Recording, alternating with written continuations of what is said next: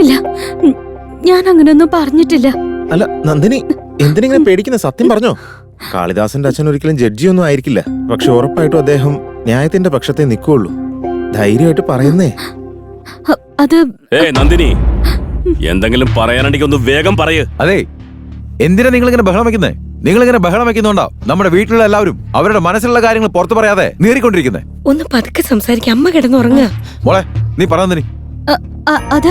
അത് പിന്നെ എന്റെ ചെറുപ്പം മുതലേ. No no no no no, ആരോ നിന്നെ തെറ്റിദ്ധരിപ്പിച്ചിരിക്കുക. നല്ലതേതാ ചീത്തയേതാണെന്നും നിനക്കൊരു ബോധമില്ല. അതെ, നിങ്ങളീ പറഞ്ഞിട്ട് എങ്ങോട്ടേ കാട് കയറുന്നേ? അയ്യോ വേണ്ട, നിങ്ങളുടെ മകനെ കൊണ്ട് കെട്ടിക്കാം, എന്റെ മകൻ അതിനുള്ള യോഗ്യതയില്ല അല്ലേ? ഞാൻ അങ്ങനെയല്ല ഉദ്ദേശിച്ചത്. ഇനി താൻ കൂടുതലൊന്നും പറയണ്ട. ആ നന്ദിനിയുടെ മനസ്സ് മാറ്റി നിങ്ങളുടെ മകനെ കൊണ്ട് കല്യാണം കഴിപ്പിക്കണമെന്ന് ആഗ്രഹിച്ച ആളാണ് ഞാൻ. നിങ്ങൾ ഇത്രയും തരം താഴ്ന്ന് സംസാരിക്കുന്നു. പറയുന്ന കേക്ക്.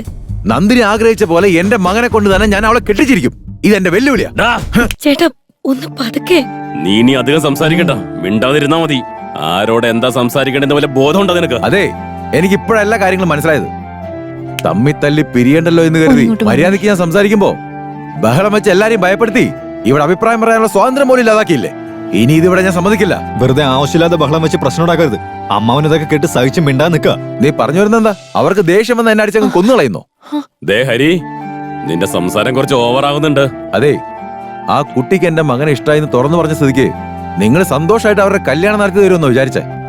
പക്ഷേ അച്ഛനുമായി രാമദാസിനുള്ള ആത്മബന്ധം കണ്ടപ്പോ നിങ്ങളുടെ തനി സ്വഭാവം നിങ്ങൾ ഇറക്കി. വെറുതെ ആവശ്യമില്ലാത്ത സംസാരിക്കാൻ നിൽക്കണ്ട. ഞാൻ ഇനിയും പറയും. ഇപ്പൊ ഒരു കാര്യം ഉറപ്പാ, മൊത്തം സ്വത്തും നീ ഒറ്റയ്ക്ക് അങ്ങ് അമക്കാന്ന് വിചാരിച്ചിരിക്കല്ലേ?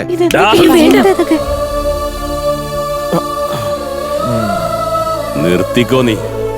ഇനി ഒരു തവണ കൂടി ഇങ്ങനെ സംസാരിച്ച നിന്നെ ജീവനോട് വച്ചേക്കില്ല. അല്ല, ഇതെന്താ ഒരാളൊരു കാര്യം പറയുമ്പോ തല്ല് കൊല്ലുന്നൊക്കെ പറഞ്ഞ എങ്ങനെ ശരിയാവുക? നിങ്ങൾ എന്തൊക്കെ പറഞ്ഞാലും അത് സഹിക്കാനായിട്ട് നിങ്ങൾ ജനിപ്പിച്ച കൊച്ചൊന്നും അല്ലാതെ. അവർക്കെന്താ നിങ്ങളെ തിരിച്ചു തല്ലിക്കൂടെ? ഇവനെന്നെ തല്ലുവോ? പിന്നെ സംശയം? നിങ്ങൾ അടിച്ച ഞാൻ തിരിച്ചടിക്കും. അത്ര ധൈര്യം ഉണ്ടെങ്കിൽ ചെയ്താണെങ്കിൽ ഇന്ന് ഇതിലൊരു തീരുമാനം ഉണ്ടാക്കിയിട്ടുള്ളൂ. ഏയ്, നീ ഇതിലൊന്നും പറയാനുള്ള ഗതി കേട്ടവനെ. ചെറിയച്ചാ, നിങ്ങൾ സൂക്ഷിച്ച് സംസാരിക്കണം. വെറുതെ വായിത്തൊന്നെ വിളിച്ച് പറയരുത്. എന്താടാ എല്ലാവരും കൂടി ഒരുമിച്ച് നിന്ന് എന്നെ പുറത്താക്കാനുള്ള പരിപാടിയാണല്ലേ? അച്ഛനൊരു വാക്ക് പറഞ്ഞാൽ മതി, എല്ലാത്തിനെയും വെട്ടി കണ്ടെന്നുണ്ടാക്കും ഞാൻ. നിങ്ങൾക്ക് എല്ലാവർക്കും പണത്തിനോടുള്ള ആർത്തിയാ. പണത്തിനുള്ള ആർത്തി എനിക്കല്ല, നിങ്ങൾക്കാ. വേറെ ആർക്കുമില്ല, നിങ്ങൾക്ക് മാത്രമേ ഉള്ളൂ. അവളുടെ സ്വത്തുക്കളെല്ലാം ഒറ്റയ്ക്ക് തട്ടിയെടുക്കാനുള്ള പ്ലാനല്ലേ നിങ്ങൾക്ക്? അതെ, ശരി. എന്നാ പിന്നെ നമുക്ക് എല്ലാവർക്കും ഒരു തീരുമാനം എടുക്കാം. നന്ദിനി ഇനി എന്റെ മകനും കല്യാണം കഴിക്കുന്നില്ല, നിന്റെ മകനും കഴിക്കുന്നില്ല. നന്ദിനിയും രാമദാസും തമ്മിലുള്ള കല്യാണം നടക്കണം. എന്ത് ഭ്രാന്തായി പറയുന്നത്? ആ നിൽക്കുന്ന നന്ദിനി എന്റെ ഈ മകനെയാ സ്നേഹിച്ചുകൊണ്ടിരിക്കുന്നത്. അതുകൊണ്ട് അവൾ ഇവനെ തന്നെ കിട്ടുകയും ചെയ്യും. ഇപ്പൊ പണത്തിനോടുള്ള ആർത്തി ശരിക്കും ആർക്കാണെന്ന് എല്ലാവർക്കും മനസ്സിലായില്ലേ?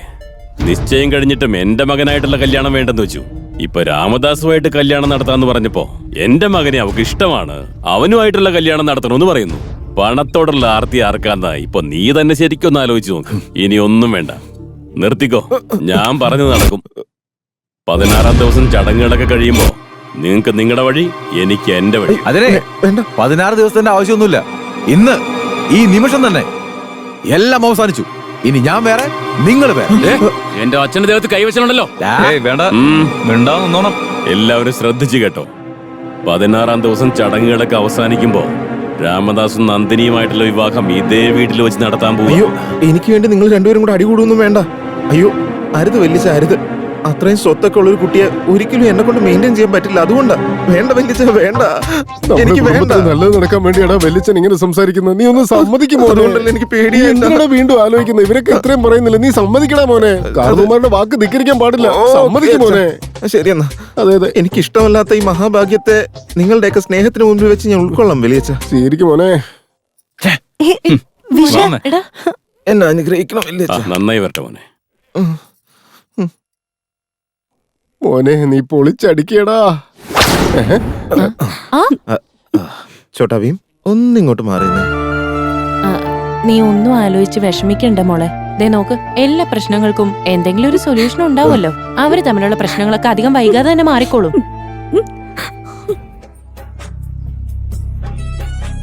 അവിടെ വെച്ചൊരു പ്രശ്നം ഇല്ലാതിരുന്നെങ്കിൽ ഇപ്പൊ അവൾ എന്റെ സ്വന്തം ആയേനെ. ഈ പരനാലുകൾ എവിടെ വന്നിരിക്കണം? കാര്യം എന്താടാ? ഓ ഇരിക്കുന്നവന്മാരെ നോക്കടാ. അച്ഛനെ കേറി രണ്ടെണ്ണം പൊട്ടിക്കട്ടെ. നീ വാടാ. വേണ്ട ഇപ്പൊ ഒന്നും ചെയ്യണ്ട. തൽക്കാലം ആവശ്യമില്ലാത്ത പ്രശ്നമൊക്കെ നിൽക്കണ്ട. ഡാ എന്താടാ തന്തയ്ക്ക് പറഞ്ഞവനാണെങ്കിൽ ഒന്ന് കളിച്ചു നോക്കടാ നീ. പൊന്ന മോനെ തന്തയ്ക്ക് വിളിക്കണ നിന്നൊന്ന് മട എന്റെ കൈണ്ടായിരിക്കടാ. ഒരുപാട് പൊളക്കല്ലേ. സ്വാമിജി അന്ന് പറഞ്ഞതൊക്കെ സത്യമാണെന്നുണ്ടെങ്കിൽ ഇന്ന് നിന്റെ ശാപം ഇവിടെ വീഴ്ത്തിട്ടേ ഞാൻ പോവുള്ളൂ. ഒന്നല്ലടാ രണ്ട്. നിന്നെ മാത്രമാക്കുന്നില്ല, നിന്റെ അച്ഛനെ കൂടെ ശവം എടുത്തേക്കാം. എന്റെ അച്ഛൻ ഏതവനോട് അവിടെ അലമ്പുണ്ടാക്കുന്നേ?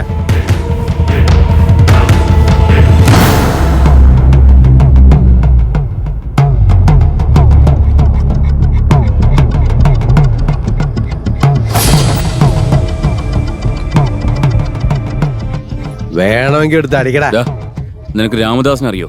ഓ, എനിക്ക് സ്വാമിജി വേഷം തന്ന ആളല്ലേ. പെർഫോമൻസ് ഒക്കെ പക്കയായിരിക്കണം. ഡയലോഗില് നല്ല പഞ്ച് വേണം എന്നൊക്കെ പറഞ്ഞിട്ട് പൈസ മാത്രം പക്കയായില്ല. എടുത്ത പണിക്കുള്ള കൂലി കിട്ടണ്ടേ? അങ്ങനെ മാറിയേക്കടാ. എന്താ ഇവിടെ ഒരു ബഹളമൊക്കെ? എന്താടാ വീട്ടിൽ കിടക്കുന്ന ബെഡ്ഷീറ്റ് ഒക്കെ എടുത്തിട്ടാണല്ലോ വന്നിട്ടുള്ളത്? അത് വേറെ ഒന്നല്ലടാ, കഴിഞ്ഞ പൊങ്കലിനൊരു ഷർട്ട് തയ്ക്കാൻ വേണ്ടി കൊടുത്തതാ ഞാൻ. ആ നാറ് ഈ അടുത്തെങ്കിലും തയ്ക്കില്ല, അതുകൊണ്ട് ഇങ്ങനെ എടുത്തിട്ട് പോന്നതാ. ഇതാവുമ്പോ ഒരു പുതപ്പായിട്ട് നമുക്ക് ഉപയോഗിക്കാലോ, നല്ല കാറ്റും കിട്ടും. ഓ എന്താടാ മുട്ടത്തലയാ, ഫുള്ളടിച്ച് തീർക്കുമെന്ന്. ഇതൊക്കെ ഏതവന്മാരാ? എല്ലാം നമുക്ക് വേണ്ടപ്പെട്ട ആൾക്കാരാ. അല്ല, നിങ്ങൾ രണ്ടിനും ഞാൻ എവിടെ കണ്ടിട്ടുണ്ടല്ലേ? നിങ്ങള് ആ ജംഗ്ഷനിലെ ബാറിലെ സപ്ലയേഴ്സ് ആയിരുന്നാ?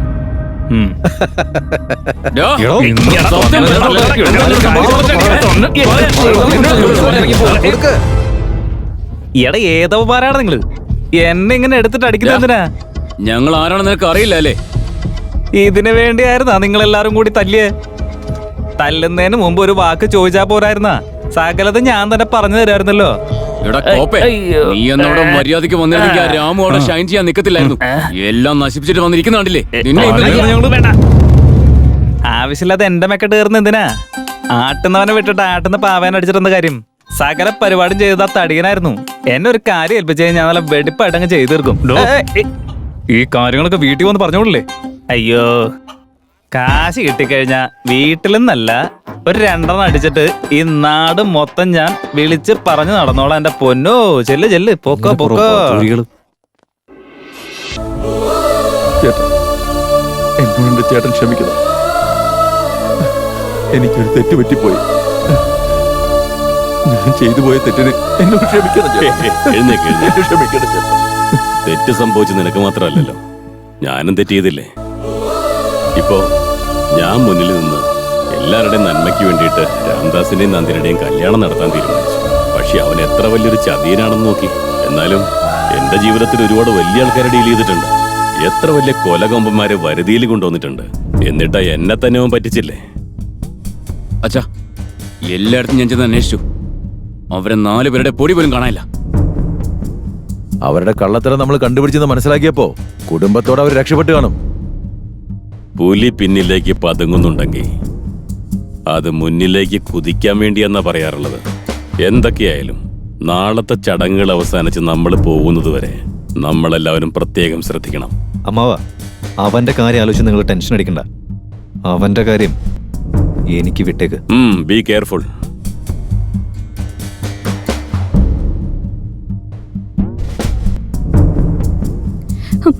മുത്തശ്ശി, നമ്മൾ ഇനി എന്താ ചെയ്യാ? സമാധാനായിട്ടിരിക്കുമ്പോളെ, ഇതുവരെ ഞാൻ കരുതി വെച്ചിരുന്നത് എന്താണോ അത് തന്നെയാണ് ഇവിടെ നടക്കുന്നത്. ഇനിയും അങ്ങനെ തന്നെയായിരിക്കും.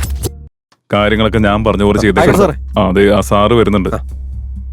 സർ, നമസ്കാരം സർ. ആ സാറേ, ഇവരെ 3 പേരും ഇവിടുന്ന് കുറച്ച് ദൂരെ നിന്ന് ഞാൻ ഇറക്കിയതാ. ഇവന്മാരെ ഇവക ഡീലിങ്സ് ഇതിനു മുമ്പ് നടത്തിയിട്ടുള്ളതാ.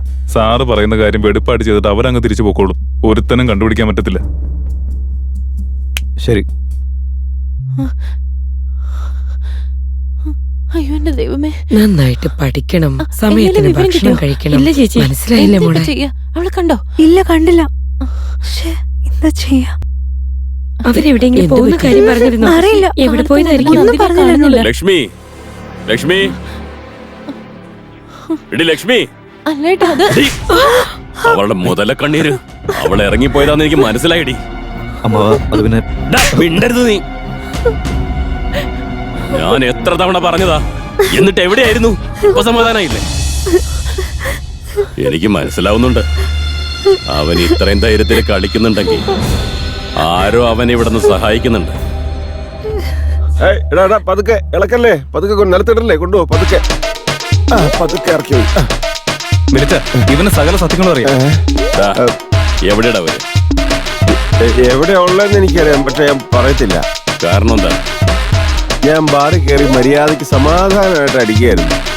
ഇവന്മാരെല്ലാം കൂടെ ഒന്ന് ഹാഫ് ബോട്ടിൽ മദ്യമാണ് വെറുതെ ആക്കി കളഞ്ഞത്. പിള്ളേരെ ഇവനൊരു കുപ്പി കൊണ്ടു അതിന്റെ കൂടെ ഒരു ചില്ലി ചിക്കൻ ബോൺലെസ്, 2 മുട്ട പുഴുങ്ങിയതും, ബോട്ടി ഫ്രൈ പ്ലീസ്. പിടിക്ക്. ഇനി പറ. ഓ ബ്രാൻഡഡ്. ഞാനെപ്പോഴും ജവ മാത്രമേ അടിക്കാറുള്ളൂ. ഇതിപ്പോ നിങ്ങൾ തന്നല്ലേ, ഞാൻ അഡ്ജസ്റ്റ് ചെയ്തോളാം. ഇനി അവരോടെ എങ്ങോട്ടാ അവര് പോയത്? അവരുടെ കുടുംബക്ഷേത്രത്തിൽ പോയിട്ട് കല്യാണം നടത്തിക്കൊണ്ടിരിക്കുക. പൊട്ടന്മാരെ കാമാണൈസേ. എന്താടോ പറയൂ. എന്തൊരു വിട്ടികളാടാ നിങ്ങള്.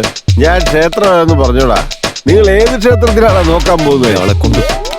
അതെ, നിങ്ങൾ ഇവന്റെ നാടകങ്ങളി കണ്ടുകൊണ്ടിരിക്കാതെ ഇവനെയും പൊക്കിയെടുത്തുകൊണ്ട് പോയി അവരെ വേഗം കണ്ടുപിടിക്കാൻ നോക്കാം. ഒന്നും